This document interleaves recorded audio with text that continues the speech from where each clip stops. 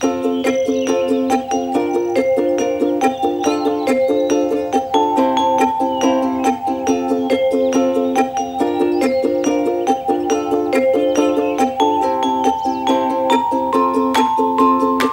louder than me. Anyway, listen, folks, I want to thank you all for joining today for Morning Coffee. Today's topic is accelerate your business. And there's an actual 30-day plan that is going to be inserted into the post that I'm going to be doing right after this. Well, the post is done. I just going to turn it on, and then you can download the 30-day plan.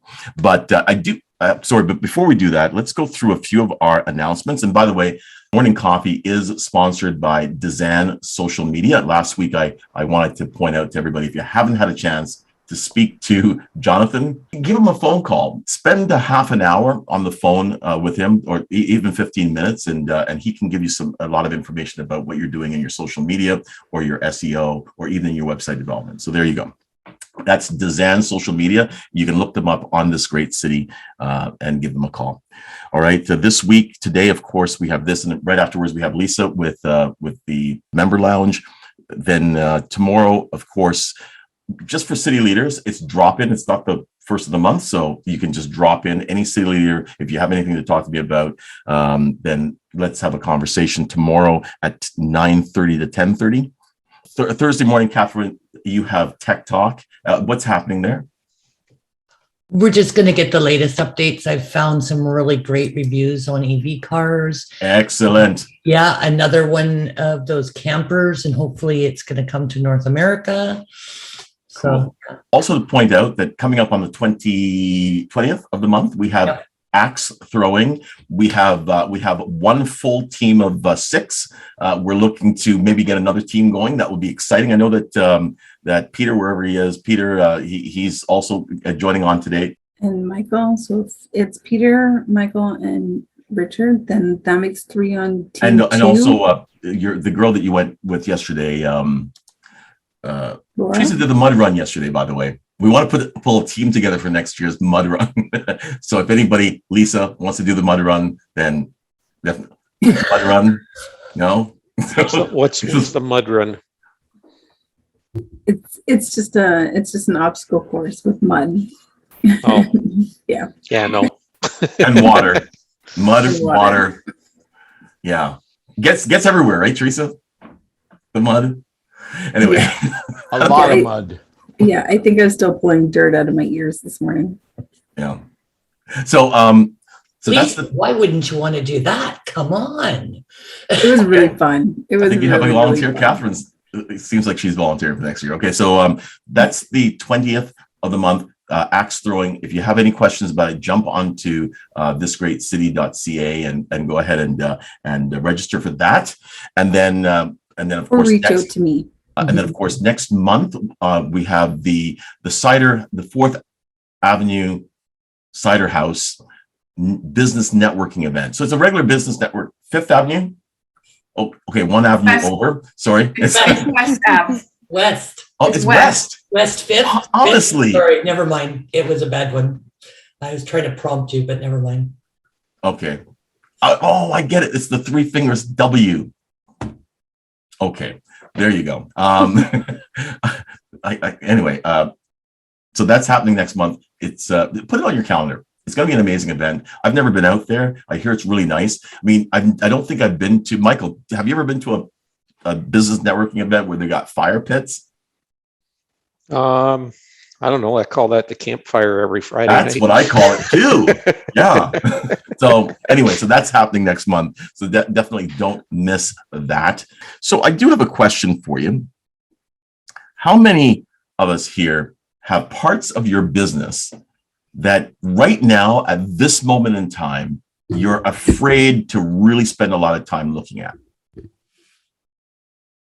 You just don't want, you're diarizing it for another time in the future when you feel more up to it, right? So that seems to be a typical thing. Now, there are a lot of, sorry, let me ask, for those that put up your hand, Catherine, what area are you not looking at that you know you should? One of them I'm going to be hopefully starting today with Jennifer, getting new instructors into the company. The other one is my membership. It's a really big elephant. So Right. I'm not sure where the bites were supposed to happen so that I don't get trampled. Okay. All right. There are a lot of things that I've read about that businesses, small businesses, I'm talking about solopreneurs and businesses with less than 3 employees, right? 3 employees or less. They tend to not have a really clear idea of what their value proposition is. They don't have any idea as to whether their pricing is in line with the competition. They don't really know what the competition is doing. They don't know what who their nearest competitor is. They don't know how to clearly identify their target audience when they're doing a marketing campaign. They tend to just put out something that they think sounds clever, and they put it on social media or whatever it is, but they don't have any sort of targeting strategy. And they don't really know what the pain points are in their audience, right? They don't know what would trigger somebody in the public to respond to them, right? Unlike somebody like Adam, who knows that somebody wants to feel healthier, they want to maybe lose a little bit of weight, they want to have a little bit of mental, strength again. They want to, get back into being fit. So they, that's literally their pain point, and they're going to reach out to him. But who here is really clear on who your target audience is? Okay, Lynn, I'm so glad that you put your hand up, because for your product, I would think that would be a little bit more complicated. Why don't you go ahead and tell us? Well, thanks. It is complicated as far as not knowing right away, but we focus on 4 or 5 different key points, which is time, health, environment, money, and results. So there's really 5 reasons that I would target certain niche markets. And if you can identify which of those items are the pain point, then it's easy from there, right? So it's just, the hard part is identifying which of those pain points for each person, but we know what the 5 pain points are. So you got to ask questions and see, okay, now that I know health is your issue, then I know where to go. So I'm not going to sell you on the environment if you don't care about recycling. I'm not going to target health if really all you want to do is save time. So it's just asking the key questions first to figure out what those pain points are, and then focusing on that so that I'm not talking about things you don't really care about. Okay, so let's say that it is health. How do you then create a message that would go out to the general population to help you identify those that would respond to that? I would say I pick that point and I would target one key audience, right? So even health can be pretty widespread. So health could be health of your children, or it could be health of seniors. There's so many different key points of health. So I would pick one point and focus on that group. So I would never make it generalized for everybody. I would focus on, for instance, parents that would never smoke in the house, right? If that's important to you, then consider the cleaning products you're using, because it has the same impact as smoking a pack of cigarettes. So when you have those parents that are like, oh my God, don't get near my child if you have a cigarette, that's what I would focus on. So you'll never target everybody at the same time. I mean, as far as my product goes, that's for sure. And I'm sure it would be the same for everybody, because not one person is the same, right? So I don't generalize too much. I try to focus on one key point, and I'll focus on that group. Okay, anybody else? Adam, what do you think? I mean, she's along your lines. How are you doing it? When I'm looking at targeting, I think of who my avatar is, and I like to look at some pain points that they might have. I might not be as specific in certain ways, but what I'll tune into, or what I'll point towards are things like mood and energy and stress, the things that people really feel. And it is challenging in health because, you know, health covers so many different areas. So there's so many different people it covers and populations, but it also covers so many different dynamics in our life. So you have to, you kind of have to know who your avatar is, or you'll just be, you know, aiming at everybody, which means that you're, you know, targeting nobody. So yeah, you have to decide what pain points are within your specialties, I think, if you want to really target it on one particular niche. Okay, so and one thing I want to just point out here, in my study, I realized that, you know, when you're looking to accelerate your business, what is the first thing that you should do? What is the first thing that you should try to accelerate? Trying to frame this without giving the answer away. What's the first thing that you should try to accelerate when you're trying to accelerate your business? Oh, I know you're thinking about it. You're afraid to say it. Come on now.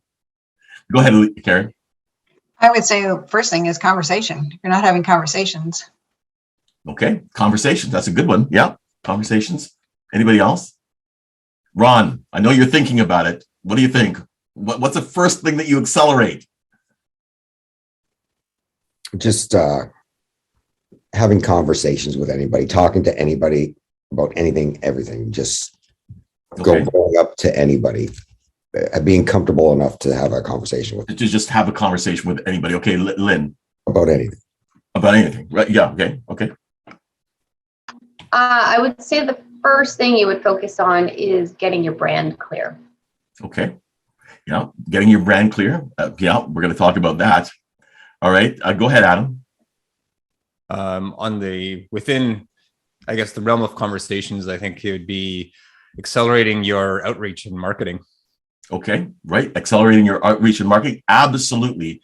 Now, all of those things that we just mentioned are all excellent, and they come after this. So here it is. I'm going to tell you this. This is really, really interesting, but you have to accelerate you. Okay. You got to accelerate you. Okay. So here's what's really funny. Can anybody tell me what the leading cause of disease is? What's the leading cause of cancer or diabetes or any of those major things that go on in your life? What is it? Activity. So I want to say stress. Stress, right? Right? Stress. And there's nothing that will destroy your business faster than illness, right? So here's the thing. If you want to, and there's nothing that occupies your brain more than something that's going on in your body, right? Or if you have a mental health issue, like whatever it is, there's something about you. You're the most important thing. You're the engine, right? That you need to be maintained in a really, really important way. This needs to be primary. All right. So when you're thinking about, accelerating you, what's the first thing? If you said, man, I wish I had this component in my life right now, or more of this component in my life right now, what would it be? Another me. Another you. Okay. Cloning. It's coming. Right. I don't know how it worked out for Dolly, but anyway, anybody else? Go ahead, Adam. I feel like the number one thing would be health, because I don't see who mentioned cloning themselves, but truth is that when we're healthy, our productivity increases by about somewhere around 70%. And illness takes away from our productivity and our ability to just even be at work or be efficient by so much that when you put those two numbers together, I figured it out before, it's almost worth cloning yourself. If you optimize your health, it's basically like cloning yourself in terms of productivity. Yeah. So it's huge. You want to hear something crazy? Is that if you actually take time out every single day and go for a 30-minute walk, it's like cloning yourself, right? And it's cumulative, right? So over 30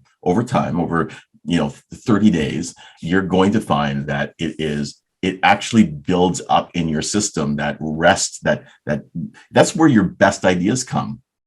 Right. And I'm not talking about, I used to do it where I would take a walk for 30 minutes around the office and very short blocks. Anyway, and I would listen to a podcast, and that was really good because it got my brain working, but it never gave my brain time to rest and relax. Right. And just to think, because the things that are trying to process in your head don't get processed unless you just walk. Go ahead, Lynn. You know where I found the most time is when I started fasting. So I spent less time in the kitchen. My brain was clearer. I had more time to do other things. And yeah, it's right up there with exercising. Just don't eat for a while.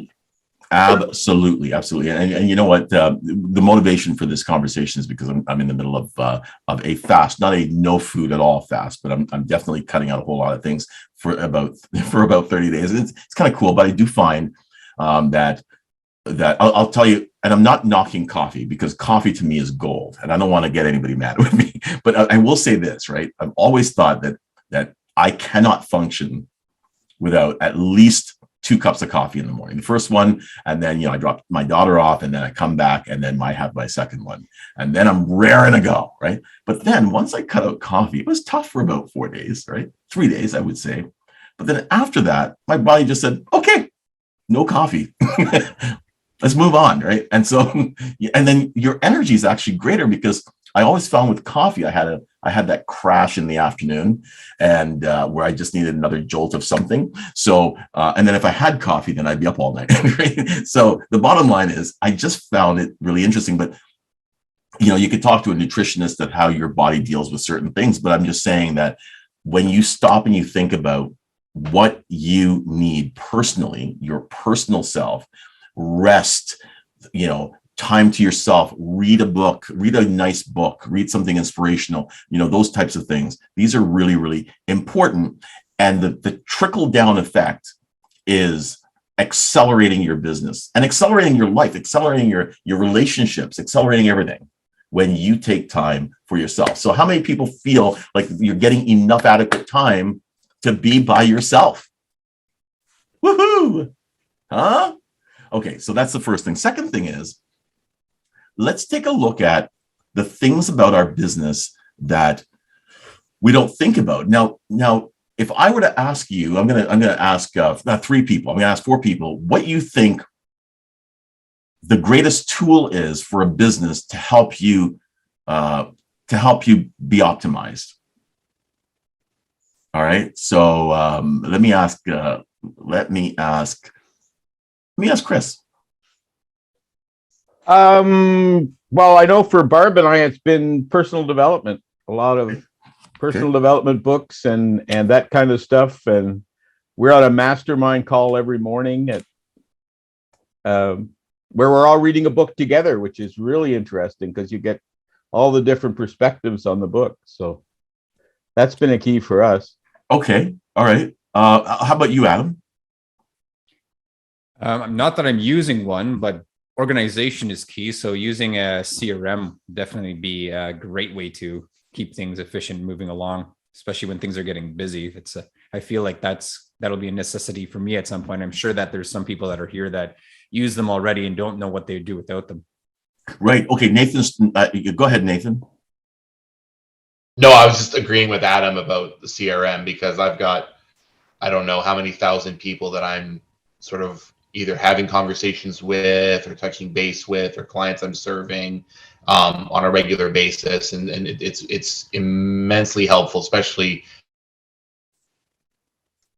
and I'm sure anybody else here that is constantly prospecting their business, having notes about who your clients' kids' names are, their dogs, what recent milestones they've celebrated, all that kind of stuff. Like it's absolutely, there's no way, a relationship business like ours could really, function without it.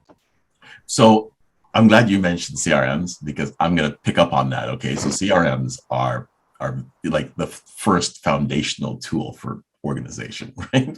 And it's interesting because sometimes you'll meet up with somebody and you'll get their information and you'll put them in as an opportunity or you put them in as a prospect or whatever it is, and years go by. And then you'll bump into them again, or you'll get their business card at an event or something. And you realize, oh, you know what? I've already had an interaction with this person. I already have information on this person to help me to approach them differently this time or better this time. Do you know what I mean? Like there's so much a CRM does. So how many folks here do not have or do not use a CRM? Okay, fascinating. I don't use a formal CRM, but I do use my Outlook mail and on the contacts, that's Right. where my information goes because there's a notes area. Right. But you know that you can go back to that area and get information. And Yeah, I have access to the kind of information with the rates that I gave them. You know, did they mention that they, wait 6 months to call or something like that? So when I call them, I can go, oh, we talked back in September. Right. Right. So how many folks here have built their own website? You built your own website. Anybody else in the past that has ever built a website? Okay, so here's what's amazing about CRMs, okay, is that today, if you're building a website, there's so many integrations with your website. So the beautiful thing about CRMs outside of just being able to store information and get that information when you want it is that there's so many integrations now with everything that can connect to your integrations. And if you're doing any sort of workflows or if you have any funnels or any of that stuff, you can structure your funnels to feed information to and get information from your CRM, especially when you're scheduling things like your anybody here, I'm sure everybody here not built a funnel before or a simple workflow? Anybody? Okay. So for those that haven't, basically what you would do is you'd create a number of calls to action or campaigns or whatever it is. And in those campaigns, when people respond, then you can go in and set up triggers where it would send out certain things. And the beautiful thing is you can schedule way into the future, years into the future,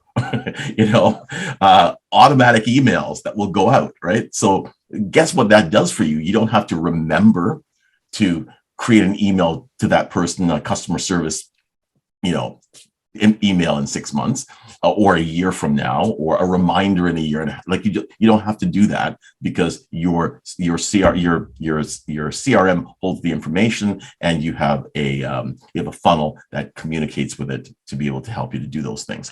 So these are things, especially if you're a solopreneur, that allows you to do a lot. Like you have an assistant or you have help, right? It allows you to do a lot and remember a lot, right? And that's for automation. So a couple of things I want to chat about here would be, Chris has his hand up. Oh, sorry. Go ahead, Chris.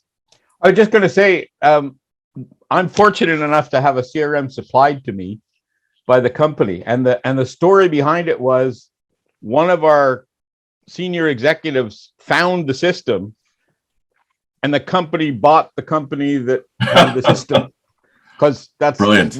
That's the way our CEO, our guy thought.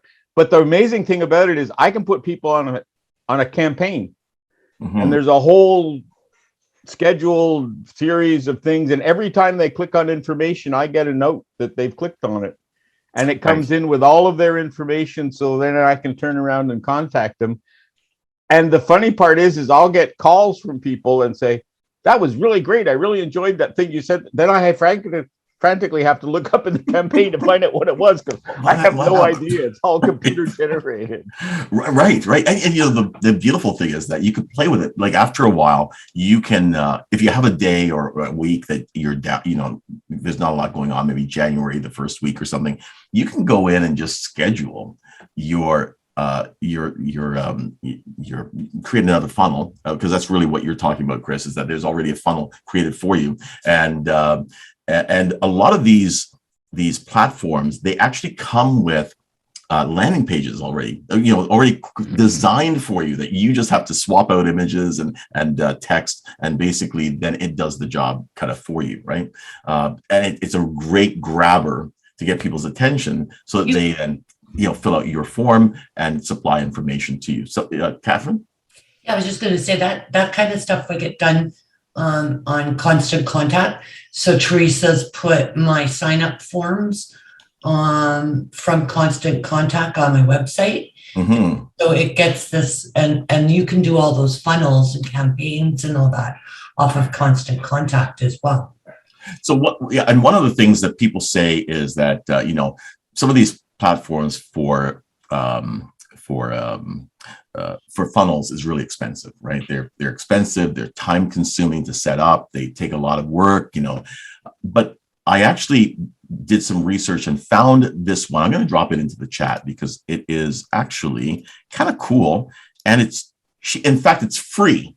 It's free for folks that have, I think, 5 campaigns or less, and it doesn't limit you in the amount of emails that you're sending stuff out to or whatever it is. So I thought that was pretty cool, and that is system.io. That one looks really, really cool. So you guys can go and check that out anytime. But having automations is good. Having CRMs is good. Anything else? What else are you looking at? CRMs is really important. What else do people fear looking at? Finances.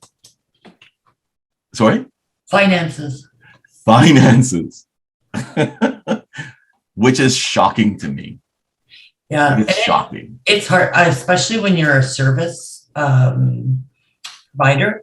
So I tell my clients it's due the day of service, but doesn't always work that way. And so as I was talking to you last, I had some really outstanding, it's still fairly large, when you're like, $5,000, $6,000, $7,000 outstanding and owing it. Right. So do I want to go look and see if anybody paid me or not? Right. Yeah. Yeah. It's looking at the finances, not only that, but your numbers, like what you charge for things, might be less than industry. And I'll give you an example. We used to charge a certain amount for SEO, and there's a gentleman who came to our place, and we did a pitch for him, and he thought, okay, this is really good, but he ended up going and signing with somebody else that was charging double what we were charging. So anyway, and we're still friends. I have no hard feelings, but I did have to ask. I said, Henry, why? And he said, well, I just didn't, for what you were charging, I wasn't sure if you were actually able to pull it off.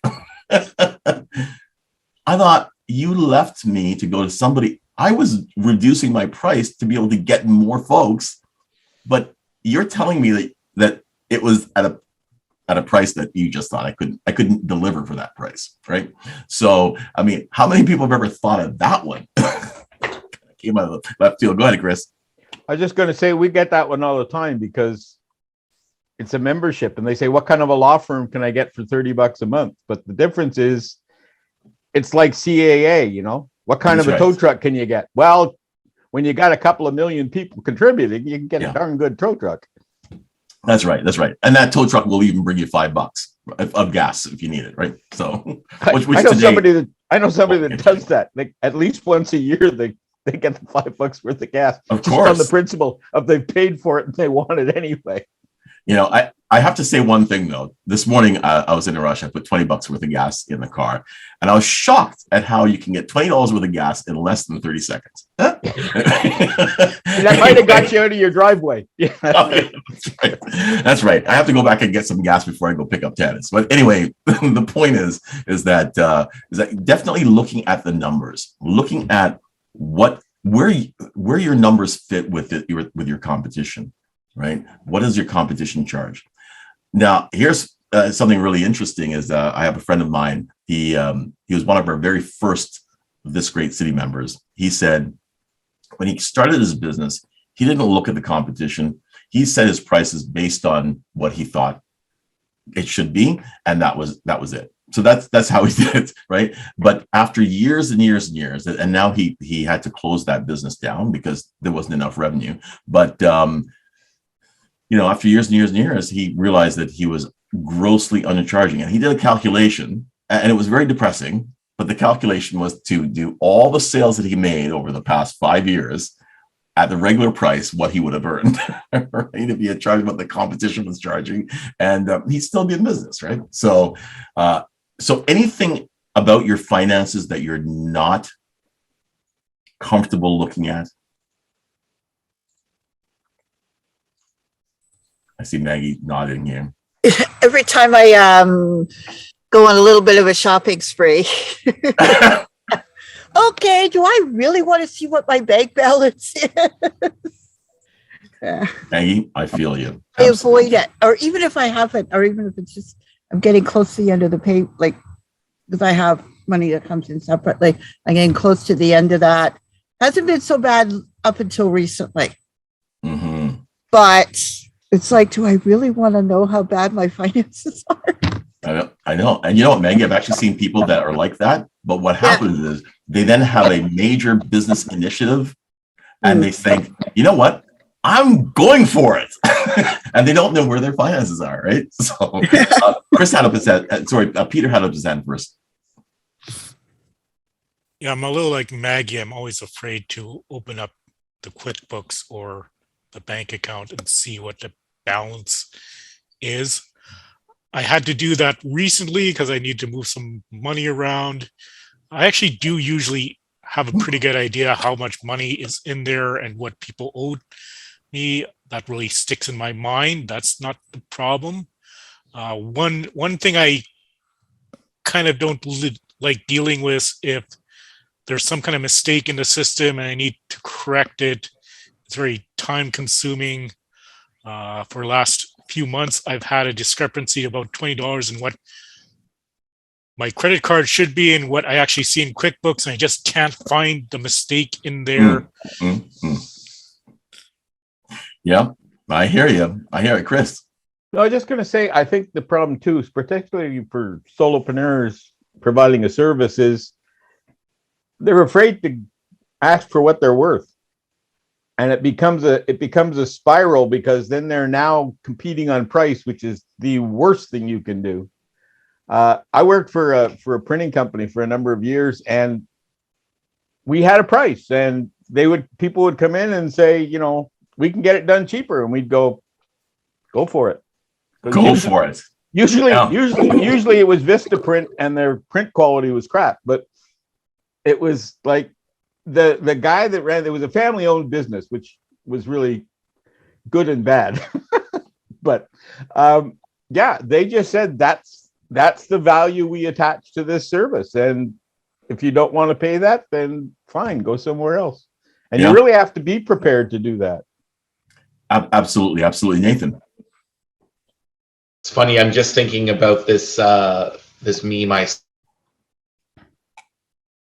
saw recently, and I don't know how many people. It was a scene from The Office, and I hadn't seen it in so long. But for anybody who remembers this scene, there's this time where Krasinski's character, what's his name, Jim and Dwight are doing a sales pitch with this company because they run a paper. They're sales guys for a paper business. For those that don't know, anyway, the guy who they're pitching to basically says to them, "Oh, you know, it makes more sense. It's more economical for me with a bigger company because they've got a better deal on their price or whatever." And Krasinski goes, "Oh yeah, absolutely. They've got a much better deal than we get. We can't compete on price." So then Dwight literally picks up the phone off the guy's desk and starts dialing the competitor's number, and then he sits there and he's waiting on hold, and he goes, "That's the level of your service that you're getting from our competitor." And then Jim pulls out his cell phone and he calls his office, and sure enough, one of the administrators, I think it was Pam, picks up the phone right away. He goes, "Oh, hey, Jim," and then they're chit-chatting, but Jim doesn't waste any time. He hangs right back up on her, but this is just his way of showing the guy they're pitching to the difference in working with a smaller company versus working for a bigger company, and sort of the difference in value that you're getting. So you're going with like Chris was saying about knowing your worth, like there is something better. A lot of us can't compete necessarily with everybody when it comes to price, because we're, a lot of solopreneurs, a lot of small companies, we can't get those economies of scale. But the great thing is that, the amount of service and the amount of attention that we give our clients, it's like night and day compared to the big guys. Absolutely. That's a great point. But now think about this. How many of us actually know what the cost is to deliver the service that you deliver? Mhm.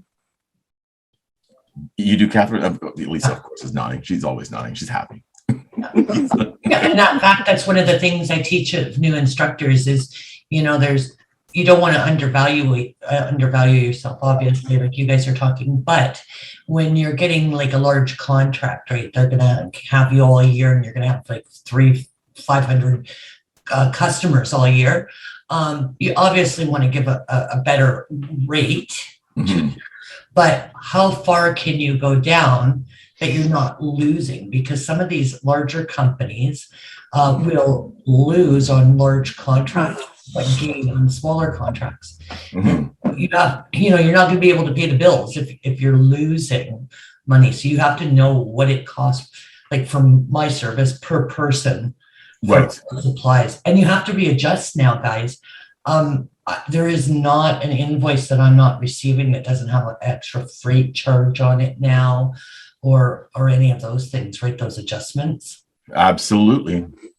I remember the very first contract I signed with a web developer years ago.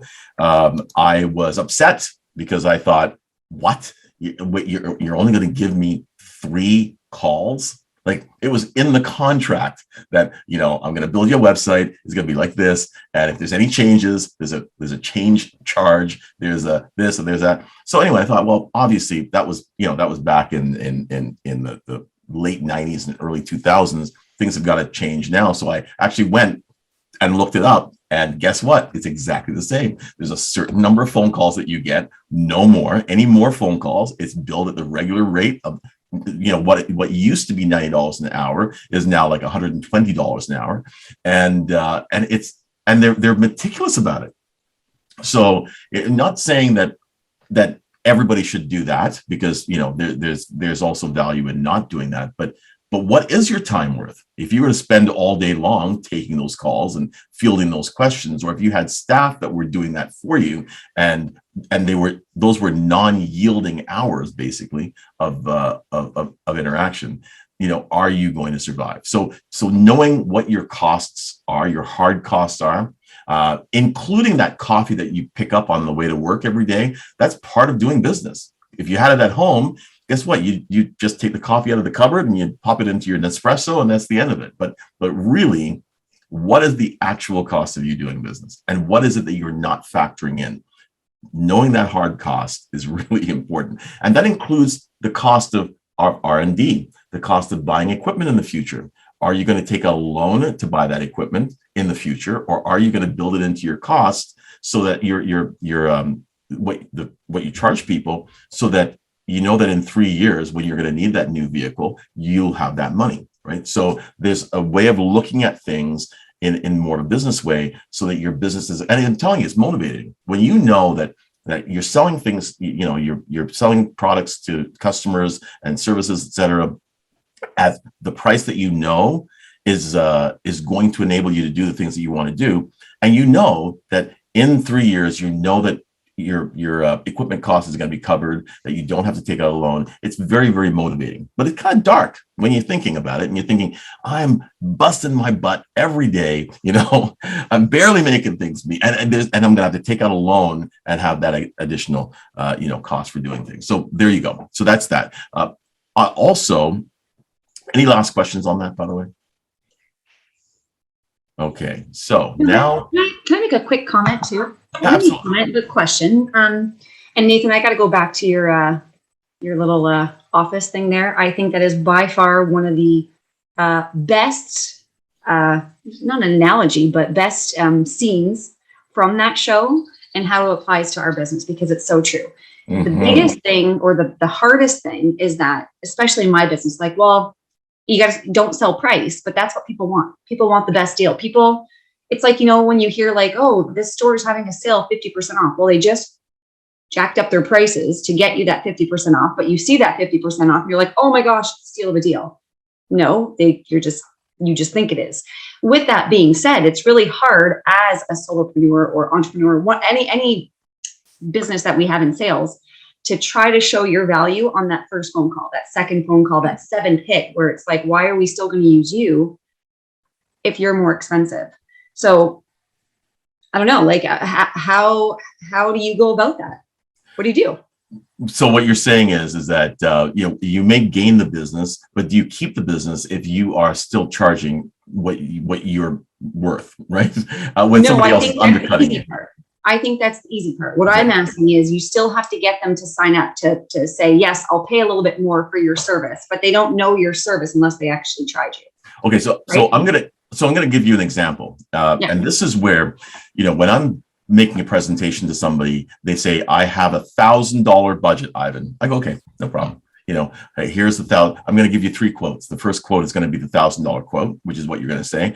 The second quote is going to be the quote where this is what I think you're going to want. It's going to be a little bit more than the $1,000, but this is what I think you're going to want. And then I'm going to give you the crazy audacious Ivan campaign quote, which I said, don't get sticker shock. It's going to be crazy, right? Sometimes they go for the crazy one. Rarely do they go for the one that has their budget. Rarely. Okay. So, and this is not, I think, I used to think this was because I'm such an amazing sales guy that, but no, this is actually a thing that I've listened to so many people on the internet talk about. People will tell you, and Teresa will tell you, we had a client once who, sorry? Hey, Andy, how's it going? He's on the phone and he's not muted. Okay. All right. So I had a client once who would tell me his woes all the time. Teresa knows this guy. And then he came and he took us out for lunch one time, and he showed up in a beautiful Jeep. It's a brand new Jeep. When he took us to Tall, right? And he had a brand new Jeep. And not only did he have a brand new Jeep, but he also spent money on putting crazy lights in the grill. I'm like, you're not paying me. But you mean, it's not that you're broke. It's just that you didn't feel that you didn't see the value in it. You needed it, but you just didn't see the value in but you came to me because you knew that if you call the person that was closer to you, they charge you regular prices, but you came to me because you felt that I was going to give it to you cheaper, which I did, right? But but it was one of those things that you look at and you just go, I should have charged what I was worth, and if I charged what I was worth, I'd be buying you dinner. Anyway, so there's that. The last thing I want to chat about before we wrap it up is that what is the next major thing that you need when it comes to accelerating your business? What do you think? We talked about having organization and communication, and that ties into the CRM, right? We talked about making sure that you're looking at your finances, and we talked about looking after yourself. What else do you need? Go ahead, Adam. I think one of the most important things that we can have is it depends on where we are at in our business, and really depends on where we're going. But coaching or mentorship can really, really accelerate our business. We're trying to get from one place to another.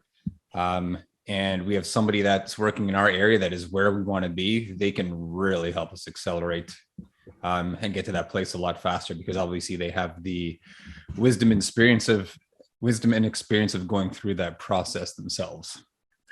You've read my notes. Thank you so much. Absolutely. Okay. So, and you'll notice if you happen to download the 30-day plan, you'll notice that coaching is in there every week. And I'll tell you, oh man, it's so sad. The things that you need the most are usually the things that you cut when there's an economic downturn, right? But they're the things that are the most important things, right? Like, I've seen people that cut their life insurance because they're running into financial problems, and I'm thinking, why are you cutting your life insurance? You're going through stress. You're going to need it. But anyway, the point is that, having having a coach is, I would say, critical to a business. Critical, right? Because you only know what you know, and there's so much that you don't know. And having a business coach, anybody work with a business coach? Anybody?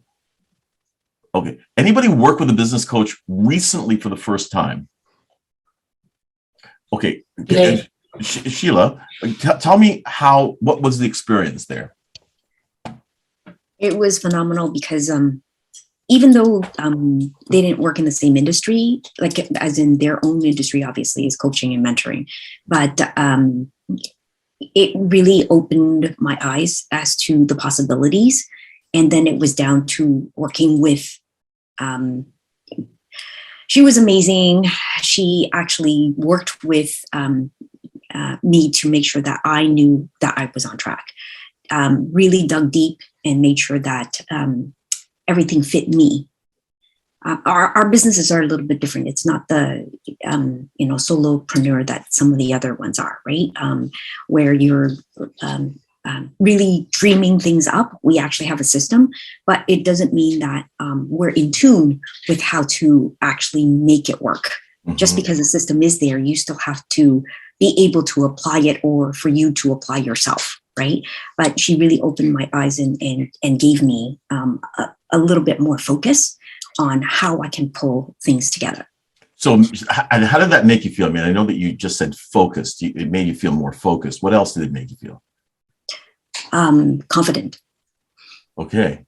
All right. And I don't want to go to Jennifer because that's self-serving, right? Being the coach here, but and Adam, of course, is also a coach for fitness, etc. But anybody else work with a coach recently? Somebody else had their hand up. Okay. So if you have a every year for September, I always do just a rebrand, or just not a rebrand, but just a refocus on looking at the business and seeing what's working, what's not working, get rid of the things that aren't working, keep the things that are, and that's a really great focus point. And I find that it helps me to just be refocused on all the things that the business is doing. If you were to work with a coach, even if it is for 5-6 months out of the year, even 3 months, I think is going to help you. I don't care how, if you do it every month for an entire year or not, but I would say a minimum of 4 months. If you can work with a coach for 4 months of the year, I think that it's going to make an incredible difference. And how many people feel like, look at me, I don't need a coach. I know what I'm doing. How many people feel like they got it? Come on, Lisa. I know you're smiling. It's okay. No, you know my thoughts on this. I think it's very important. I think it's important to have mentors. I think it's important to have a couple different ones, to help in all aspects. I personally have one in business, personal, so that you get kind of different aspects and different perspectives of looking at things. That's all. Yeah. And a lot of business people, listen, the problem is a lot of entrepreneurs, they know everything when they first start, right? When you first start out, I knew everything. It's amazing how after being in business so long, I know so little, but back then I knew it all. So anybody who came to me and told me anything, everything I heard from their mouths was like, wah, wah, wah, wah, wah. And then I'd be like, yeah. Oh man, how long do I have to listen to this before, so, but then after a while you realize that, you don't know everything. I mean, can you imagine? At 18, I didn't know everything. And so listening to other people tell you, mentors that came along and shared with you about what's going on. And I remember I had a gentleman, Dr. Richard Eric Scott, way back in the old days, and he did a presentation at a place called Creative Motivation Group. But what a mentor. I'm telling you, that just straightened me out. And and I can't, everything that I've done in my life has been a direct result of what I learned there. I'm telling you, without that, I don't know where I'd be, right? So anybody, go ahead, Chris. I was just going to say it's a bit of a cautionary tale, though, because particularly with COVID, suddenly everybody is a coach. You know, and I've seen these guys coaching on small business who've never owned a business in their lives. And I'm thinking, I'm sorry, you don't get to talk about it. Right. So you have the same philosophy that don't take financial advice for somebody who's in your same tax bracket, right? So, Yeah. right. Okay. I get it. So if somebody's running a business and they are not successful, right? They're not successful in business, right? It tells you something. But how do you gauge success? Somebody who's been in, if most businesses, 50% of businesses fail within 3 years, then would you count success as being somebody who's been in business that has lasted more than 3 years? That's a major accomplishment. How did you manage to pull that off? Do you know what I mean? All right. I think, Nathan, you had your hand up. Just a random thought that sort of came up from what Chris was saying about, don't take business advice for someone who's never run a business. I used to think sort of the same sort of thing when it came to people in athletics. And then I realized that Bill Belichick never played football. and he's one of the best coaches in the NFL. Fascinating. Just not to be too contrarian, but it's like I think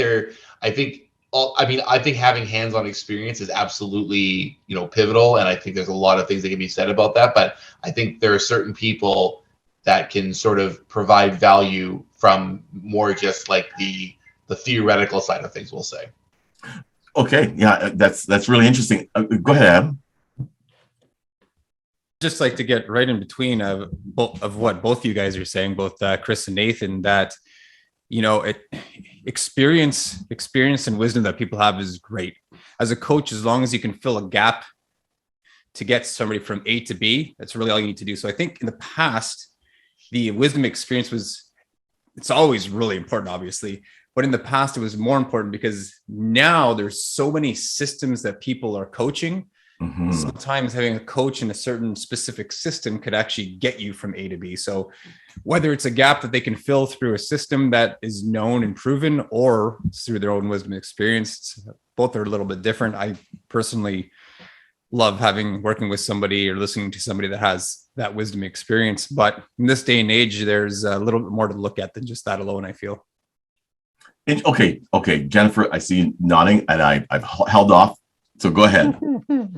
I mean, the proof is in the pudding, right? So you need to do your research before you just jump into hiring a coach. You shouldn't just hire a coach because of one conversation. You need to have more than one conversation. You need to do your research. You need to ask for referrals. It would be the same as if you were hiring, someone to work in your business because they are working with you in your business. And yes, absolutely, Adam, you only need to be a coach to know like 2 steps ahead, really, to be able to be effective. But I think the best coaches have coaches, right? Because they want someone who holds them accountable and is pulling them to the next level. And we pull our clients to the next level with us. So those are things that I look for when I always have a coach 100% of the time. 12 months of the year, I have a coach who's pulling me to the next level, who's teaching me the things I need to go to the next level. And that trickles down to the people that I'm teaching and training that are coming up with me. And if you don't have that accountability, you don't have that bird's eye view, right? Like a coach is able to see, they're a couple stories above you. And so they have a bigger view of what you're looking at and what you're working on. So that's my thoughts. Okay, Ron, I'd love to hear your thoughts because you seem like you're very thoughtful. So let's hear from you.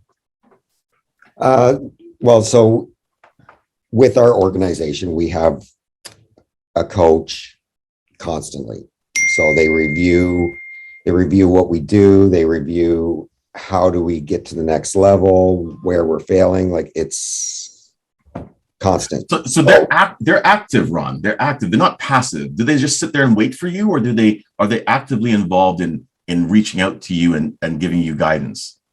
They're actively involved. They're constantly involved. Like and then it's all virtual, and then you do meet at least once a year with these people face to face to go through it. And the face to face is not a one-on-one. The face to face is more of a whole networking for everybody that they coach. within the same industry. And you get to hear other people, like what they did and how they were coached and what brought them to the next level. And so you might be like relating to, like, there's hundreds of people there. You might be relating to somebody who, you know, you're like, oh, I want to get to where he is. So I'm going to go talk to him and see where, you know, where he brought, how he got there. And so, yeah, coaching is very, very, it's a need in your industry because, you know, just like when you're raising your kids, right? Your kids are the best. They don't do no wrong, right? And then until somebody says, hey, your kid's acting up, and then you get angry. Well, no, don't get angry. Take a step back and look and say, yeah, they're right. My kid's a dink, right? So, you know, you got to be able to recognize that. You got to be able to have an outside view. Like or you're not going to recognize the holes. Have somebody poke the holes in your company and then fix them. Wow, amazing. Yeah, exactly. It's when you think about it, a lot of entrepreneurs are alone, right? They're alone and they're fighting the battle on their own. And they get together and they have polite conversations, hoping to extract from that conversation enough information without becoming vulnerable and sharing too much, right? But a coach, that's their job. They want you to share. They want you to be vulnerable so that they can help you, right? So imagine in your business if you can actually get have a coach that can help you to overcome some of the challenges that you have. So in accelerating your business, before I hand this off to Lisa here as we wrap up, if you're interested in downloading the 30-day plan, it's for the first 20 days, it's day by day, tells you what you should do. And then the last 10 days, it just tells you the things that you should continue, but and the evaluation, right? So definitely the article will be posted before the end of the day today. And there's a download PDF that you can just download and work with. Okay, so definitely check that out. I want to thank Design Social Media for sponsoring this. I'd like to also remind you folks of our axe throwing coming up on the 20th. Definitely jump in and register for that. That ought to be a lot of fun. Nothing like alcohol and sharp objects. And then also keep in mind the event happening next month at the Fifth Avenue, West Avenue Cider House. Whew. All right. Thank you, everybody.